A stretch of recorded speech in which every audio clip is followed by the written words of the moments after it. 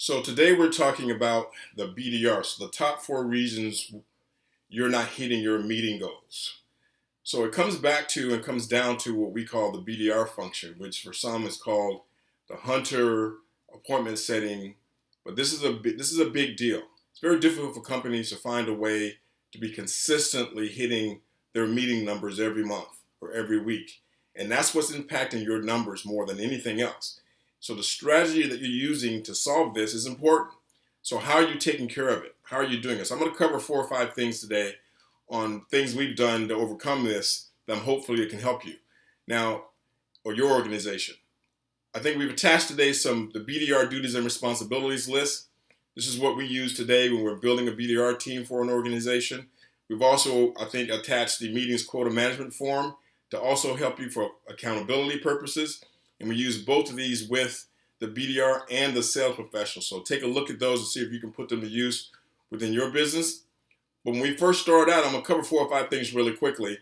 Is just the step one is identifying what the meeting numbers are for the organization. And so what are we talking about there? We talked about this on a couple of all of our trainings before about, so if you're a $2 million company and you want to get to 2.5 million, so for $500,000 worth of new business, how many deals is that? What's your average, deal cost or your deal that you sell that you make today? Whatever that might be. Figure out what that is and figure out how many sales per month that is and reverse engineer how many meetings it would take to do that. And then, of course, look at the market you're in, the vertical that you're in, and see if the vertical is big enough for you to even hit that goal.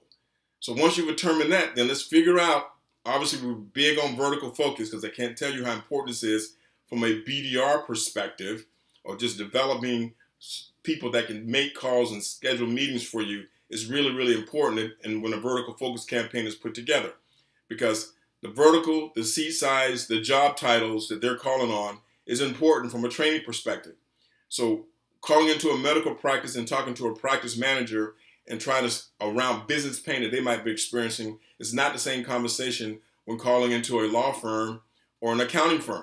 It's not the same. So the more specific and specialized you can be around your messaging makes it much easier to set those types of meetings. So first, identify that.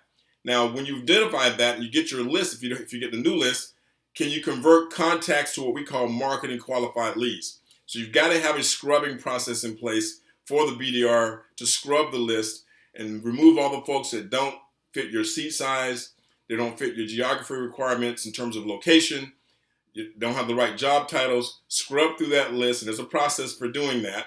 And when you do that, you end up with what we call your marketing qualified leads, which means if I'd have 500 contacts and I went through and scrubbed them out and got rid of the ones that don't fit or don't match up with our expectations, maybe I got 450 marketing qualified leads. That says these are the people that if we set a meeting with them, they are qualified to do business with us.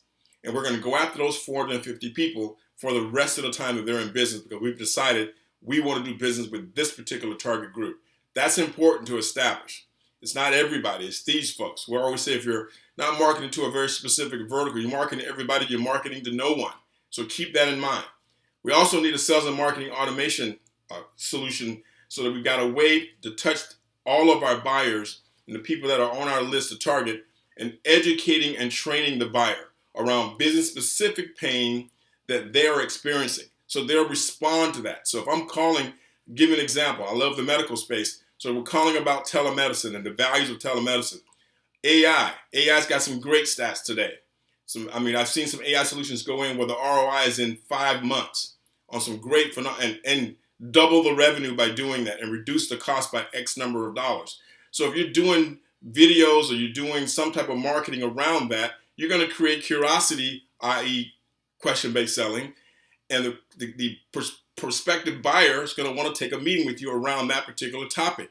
So find 4, 5, 6, 7 things within that business that they care about, educate and train them on those topics, market to them around those particular topics, and they'll take more meetings with you because they want the answers to those questions of the things you specifically said to them about how you can solve that particular business pain. I know it sounds simpler than I'm saying, but it's really that simple.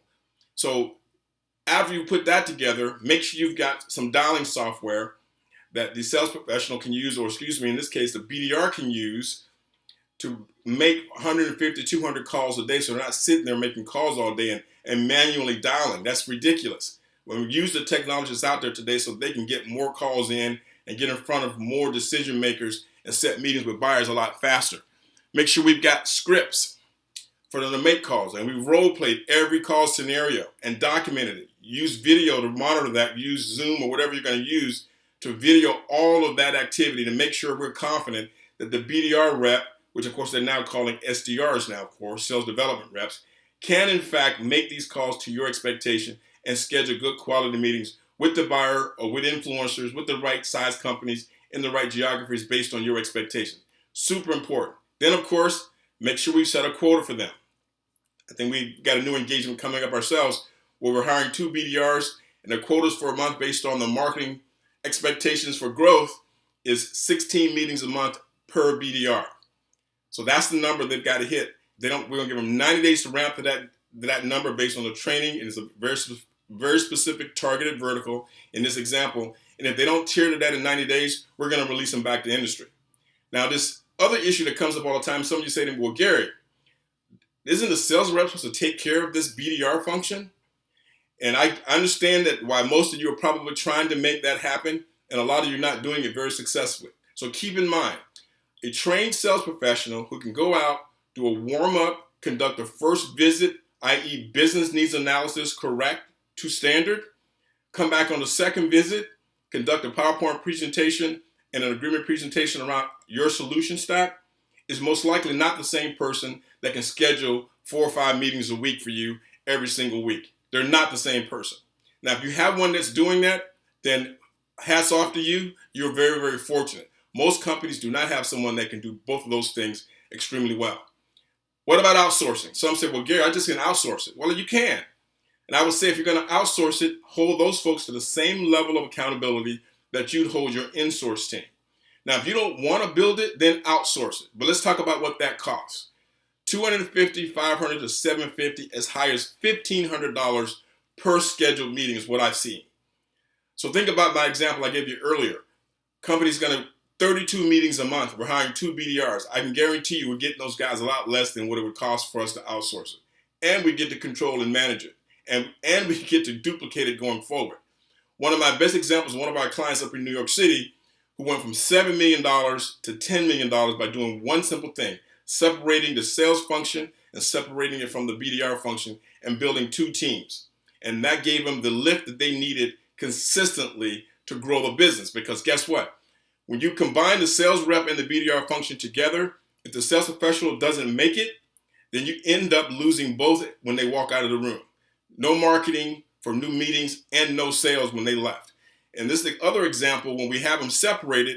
Yes, there's going to be high turnover with the BDR role, no question. It's a very difficult job.